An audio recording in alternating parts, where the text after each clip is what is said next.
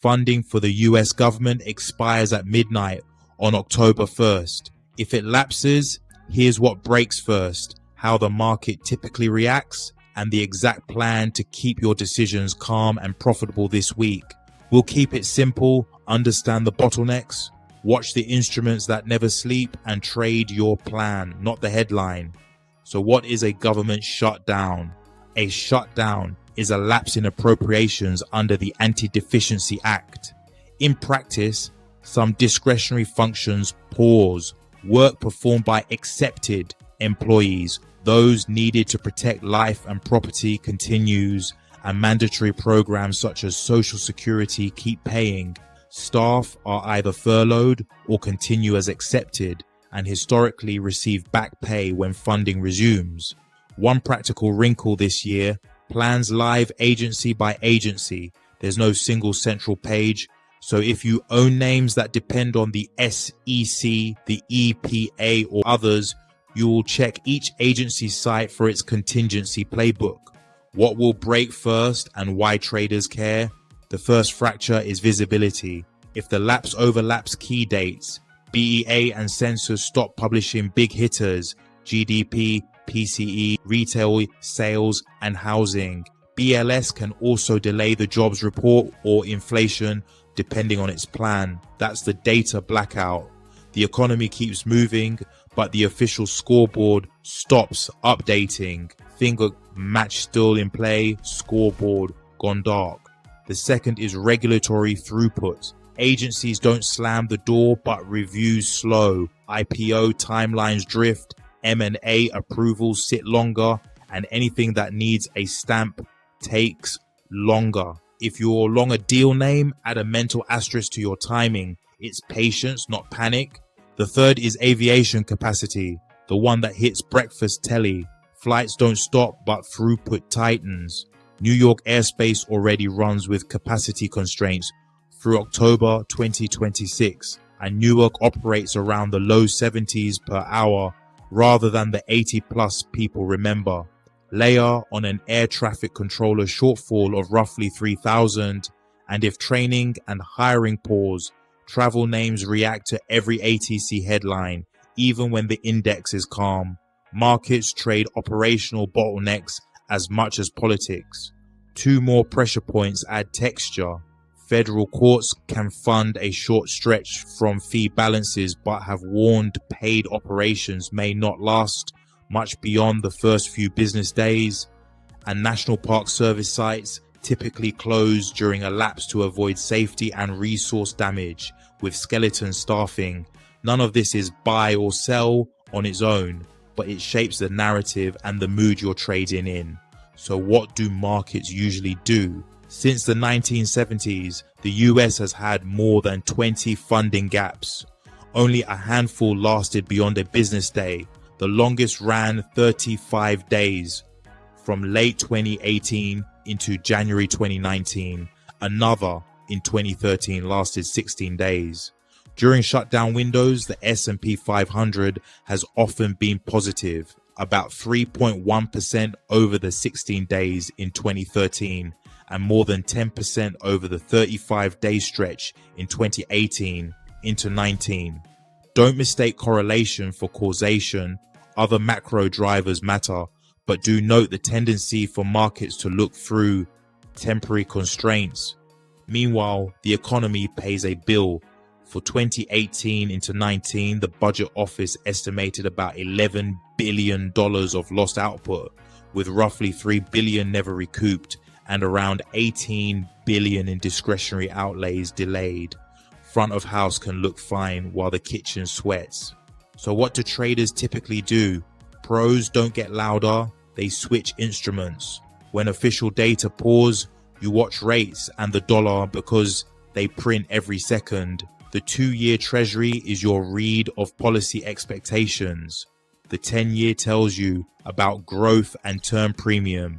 That's the extra yield investors demand to hold longer maturities. Real yields, inflation adjusted, separate inflation noise from genuine shifts in growth and policy, and the dollar index is your risk barometer.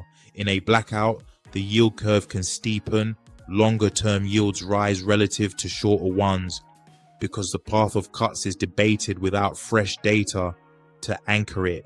Coming into this window, the 10-year sat around the low 4% handle, so even small moves around auctions or supply chatter can flip factor leadership quickly. Keep that hierarchy in your head. Policy at 2 years, growth and term appetite at 10, real versus nominal, and the dollar as the weather vane. And you're not flying blind. You're flying on the instruments that still work. This should be a trader's routine. Each morning of a shutdown week, run a 30-minute process before you even open the group chat. Start by saying out loud where the 2-year, 10-year, real 10-year and the dollar are. Then finish the sentence. The curve is steepening or flattening versus yesterday's close. Speaking it forces clarity. Next, check your liquidity. Look at bid-ask spreads, the gap between buyer bids and seller asks on your main positions and your go-to ETFs. If those spreads widen relative to recent norms, slow down, use limit orders and avoid paying up to become someone else's exit. Then substitute the missing releases with sensible proxies, card spend series, mobility data, and well-documented nowcasts, real-time models that estimate where GDP or consumption is tracking, keep you informed without guessing. Finally, scan pressure points. Travel names react to air traffic headlines. Defense contractors care about payment timing chatter. Small cap indices bounce faster when macro visibility drops. That rhythm, instruments, liquidity, proxies, sectors, keeps you informed, not inflamed. Government shutdown predictions. Don't forecast the length, pre-decide your response. If it's a flash lapse of a couple of business days, the economic damage is usually limited and indices often settle once a temporary funding bill lands. Keep core exposure, fade theatrical volatility, and stick to liquid names where execution is clean. If it drifts into a week or two, one jobs or inflation window may slip. Regulatory backlogs build and the curve gets noisier. Consider trimming beta, your overall risk, tilting towards sturdier balance sheets and more rate-sensitive exposures, and keep a little cash ready for opportunities. If it becomes a marathon beyond 3 weeks, the data vacuum is real, uncertainty rises, and sector dispersion widens. That's when people raise a cash buffer, run a barbell, defensives paired with a few catalyst-driven cyclicals, and widen execution limits to respect thinner markets. You're not predicting parliament-style vote counts in another country. You're following a decision tree you drew before the next push alert. In 2013, 16 days ended with the S&P up a little over 3%, even as GDP took a hit. In the 35-day episode from late 2018 into 19, the index rose more than 10% while the budget office counted about $11 billion of lost output, $3 billion permanently, and $18 billion in spending delayed. And today's aviation constraints, capacity capped through October 2026 with Newark around the low 70s per hour, explain why travel stocks can twitch to operational headlines even if the index is green. The market and the economy can diverge for a while, and micro bottlenecks can trade even when macro feels quiet. How do you stay balanced? You'll hear markets shrug, chill. History backs some of that. Across shutdown windows, the S&P has been positive more often than not, and 1 year returns afterwards often look healthy on average. You'll also hear this time could bite, pointing to decentralized plans, tight aviation labor, and a deficit and auction backdrop where yields can move independent of daily politics. If the blackout extends, curve volatility can pick up simply because everyone's flying with fewer instruments. Both can be true at different horizons. Your edge is translating both into if-then rules you execute consistently. Regardless of which thread is trending, ask yourself 4 things out loud. What are the 2-year, 10-year, real 10-year, and the dollar doing right now? And how does that differ from yesterday? Are spreads on my watch list wider than usual? And if so, do I need to slow down and change how I execute? What am I using as a substitute for missing government data? Is it a proper proxy or just a hot take? And which scenario am I operating under today? Flash, weekly drama, or marathon? The answer sets your risk and position sizing for the day. Keep the humor where you can. When someone types "all in lads," send a screenshot of a tidy limit order and crack on. Picture a restaurant. The dining room, the index, can look lively while the kitchen, the economy, works overtime. Shutdowns often stress the kitchen even as the front of house looks fine. Or picture a cockpit at dusk. When the main panel flickers, you don't yank the controls, you check the horizon, trust the gauge is still working, and fly the plane you're in. In shutdown weeks, your horizon is the 2-year, the 10-year, the real rate, and the dollar. Your cross-check is liquidity. Can you get in and out without moving the price? Your flight plan is that 30-minute checklist.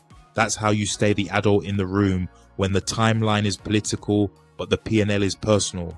Possible stock and investment plays. Now let's talk about what that actually looks like in stocks and ETFs and why, without pretending we can predict politics. This is education, not investment advice. Past performance never guarantees future results.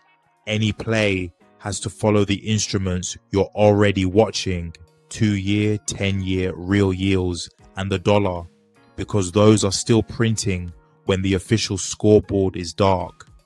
If real yields rise and the curve steepens, leaders won't be the same as when real yields ease and the dollar softens.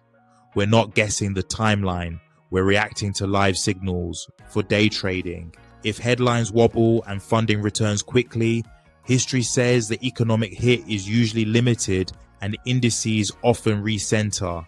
In that world, many traders stick with liquid, broad exposure and treat the loudest moves as temporary mispricings, not regime changes. That can mean leaning on broad index ETFs such as the S&P 500 trackers, SPY, IVV, VOO, or global baskets, ACWI, and avoiding thin small caps where spreads bite. If you want tech tilt on dips, QQQ or XLK are liquid ways to express it. Provided real yields aren't rising, liquidity and execution matter most when the data blackout creates noise. Broad wrappers minimize idiosyncratic risks while you wait for clarity, and they're easier to trade cleanly when spreads widen. Weekly trade play. If one jobs or inflation print slips, agency reviews slow, and the curve gets noisier, consider dialing down beta and tilting toward quality balance sheets and duration sensitive exposure if real yields ease. That could be quality factor funds, for example Qual/VIG, or a measured tilt to mega cap quality growth via XLK's QQQ, again only if real yields are easing and the dollar isn't surging. Keep a cash sleeve for opportunities. The sectors to watch: travel and defense. Travel names can twitch on ATC constraints and headlines. If you trade them, do it with defined risk and clear invalidation. Defense contractors can see payment timing chatter, so size with patience if you're in LMT, NOC, GD, or the XAR/ITA defense baskets. With the scoreboard dark, the market leans on rates and USD easing real yield support, quality growth, while operational bottlenecks like New York, capacity caps, make travel exposures headline sensitive. Long-term play: if the data vacuum drags, uncertainty rises, and dispersion widens. That's where a barbell can help. Defensive such as staples and healthcare, XL and XLV on one side, balanced with a few cyclicals that still have their own catalysts, for example select energy or industrials via XLE and XLI on the other. Low volatility funds, SPLV and USMV, can smooth the ride, and short-term T-bill, TFSBIL and SHV make cash intentional rather than idle.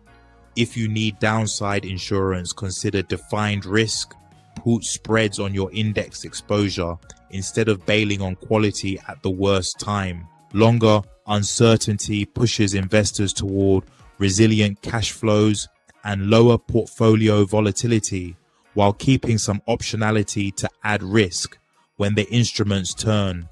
Hedging protects participation without forcing emotional exits. This is education, not advice. Do your own research. See you in the next one. Peace.